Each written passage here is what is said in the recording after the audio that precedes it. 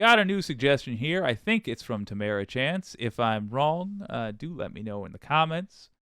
We are looking at nearly 30,000 firearms stolen from vehicles since Tennessee GOP relaxed gun laws. It's almost like we shouldn't let irresponsible people hold on to killing machines. And may I say, hmm.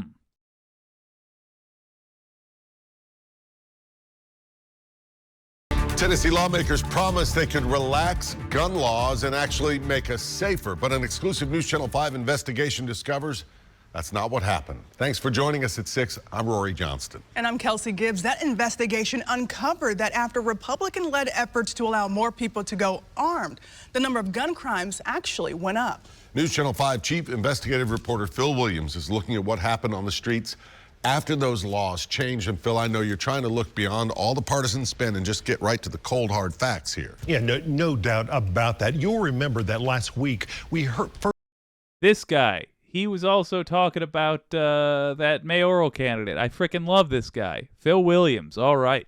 Go, Mr. Williams. I know they can't, but for the record, it's not partisan spin. It's Republicans. But okay. Rather, I should say it's not bipartisan spin. Oh, where's the other thing? There we go. Phil, take us away. First heard from the parents of Evelyn Dickhouse, one of the 9-year-olds killed in the Covenant shooting. They are now looking for ways to make our children safer, as are a lot of other Tennessee parents.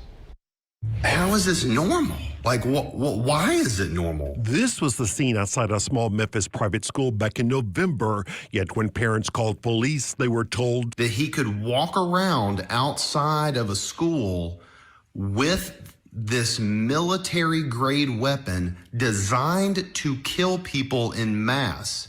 And until he pulls that trigger, he is not committing a crime. that there was nothing they could do. My kids aren't in danger because he hasn't fired the weapon? And you notice that they didn't treat him even as seriously if somebody had called up the cops and said, there's a black person here. What would have happened then? Well, a squad car would have been sent down to follow him around at least. And people were in danger of seeing black skin. Let's take race out of it.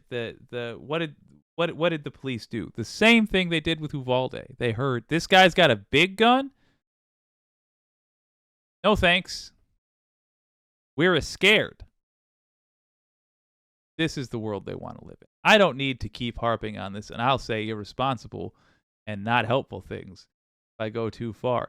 No one's going to make a better point than this person. I don't get it.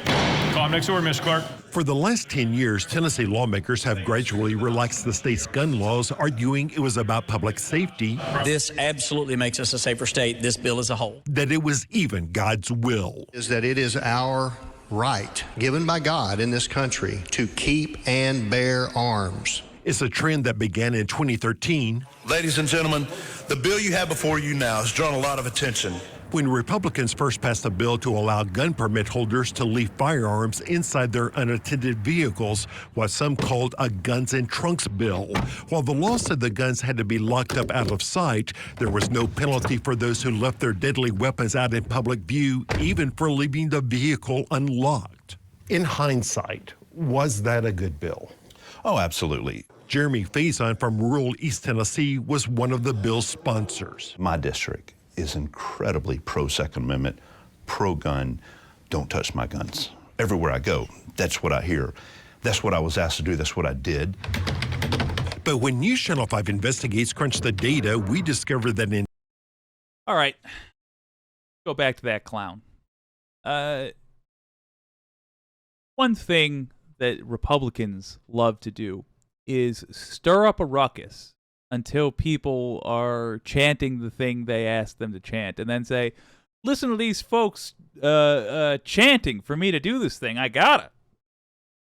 People in my district, they really are obsessed with guns because I told them you ought to be obsessed with guns.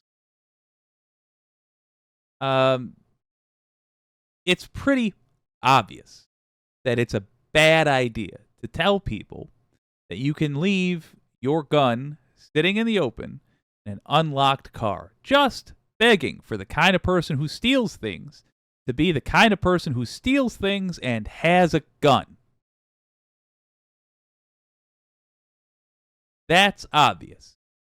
This guy should not be elected to anything ever again. We have an opportunity coming up to make sure people understand this is the kind of idiot who thinks it's a good idea to let people leave their guns unattended in an unlocked car.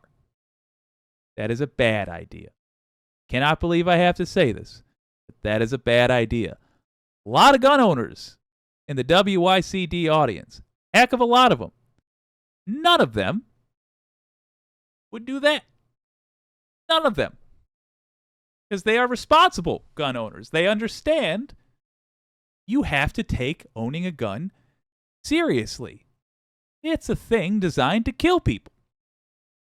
You can't just leave it in an unlocked car. Which this guy went out of his way to make sure was the reality for the state he's in. That's not someone who's going to make your home a safer place. That's someone who's going to arm thieves.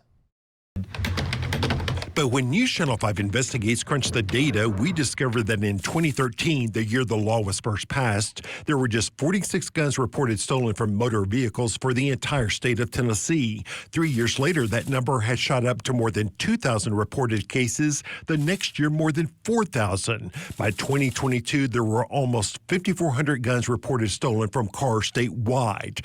That's almost 30,000 guns stolen from motor vehicles ending up on the streets since Faison's bill became law. But that's not directly representation of what we've done. But this was overnight. I mean, it went from 46 firearms stolen from cars in 2013 to, in 2016, it was more than 2,000. The next year, it was more than 4,000. How can you say that had nothing to do with your legislation? I could also tell you that there pointing to the facts. Phil Williams, he's amazing. You guys have been talking about him for a while. If he's willing, I bet he's going to have a bigger head than your average big celebrity. But if he's willing, I'd love to talk to him, have him on this channel, just give him an attaboy. Because he's done this kind of thing before. It's amazing. National interviewers should take a page out of his book. Show them the facts they're denying. Put it on paper. Make sure their big, dumb eyes land on them. So that they can't say, I wasn't aware of that. Yeah, you were. I just made sure you saw it. From 46 firearms stolen from cars in 2013 to in 2016, it was more than 2,000. The next year, it was more than 4,000. How can you say that had nothing to do with your legislation? I could also tell you that by lying, their crime stopped. You don't have the statistics of people who've actually stopped violent crimes because they had the ability to protect themselves. But we do have stats showing when guns have been used to commit crimes during that period when Republicans said they were making us safer. Since 2013, the number of crimes against persons involving firearms actually shot up from just under 10,000 to more than 23,000 in 2021. Because thieves now have guns. You f***ing bricks. You traffic pylon. You absolute doorknobs. Then just under 22,000 the next year. Aggravated assaults with guns rose from 8,600 to more than 21,000. And murder. Oh, you were going to come give me lip because you caught me opening your car and rifling around in there? Well, the thing is, I found an actual thing with rifling. This pistol in the last car I went in. And now this is a mugging as well as the other thing I was doing. Idiots. Shot up from 223 in 2013 to more than 600 in 2021. The next year, there were 504 murders statewide involving firearms. I think guns in trunks was a singularly terrible idea because it's led to more gun crime, which people care about. Dr. Jonathan Metzel is a Vanderbilt professor who has written 2 books exploring issues surrounding gun violence. He says the data is clear that the unregulated relaxation of gun laws in states like Tennessee has come at a price. Oh, yeah, But unregulated. Let that gun get nice and hot. Let the metal cook. Okay, it's clearly winter in there. Never mind. This is perfectly safe. No, I mean, just one brick through the window, you snatch that thing, you scootaloo. You got yourself a brand new firearm. Is that a Beretta 92? No, maybe. But still, a nice little firearm there. You don't have to worry about getting shot by the owner of the gun because you see where their gun is. Why, it's in your hands. In states like Tennessee has come at a price. But unregulated without any kind of oversight or training or process or permission, again and again and again, it leads just quite clearly to more gun-related injury and death. And for me, that really is a slam dunk argument. Listen, freedom comes with some dangers. I mean, that's it's one of the things that made our country great is we put the power in people's hands. How many times do I have to tell you? Freedom, as Faison puts it, cost Kyle Urlitz his life. The Nashville musician was gunned down in 2019 by a group of young teenagers who had stolen a handgun from this Brentwood area apartment complex from an unlocked car. And the Tennessee Department of Health's 2023 Child Fatality Annual Report concludes that firearm deaths are now the leading external cause of death among Tennessee children, more than car accidents. The most recent data shows that there were 29 Tennessee children killed by firearms in 2014, a number that had more than doubled by 2020.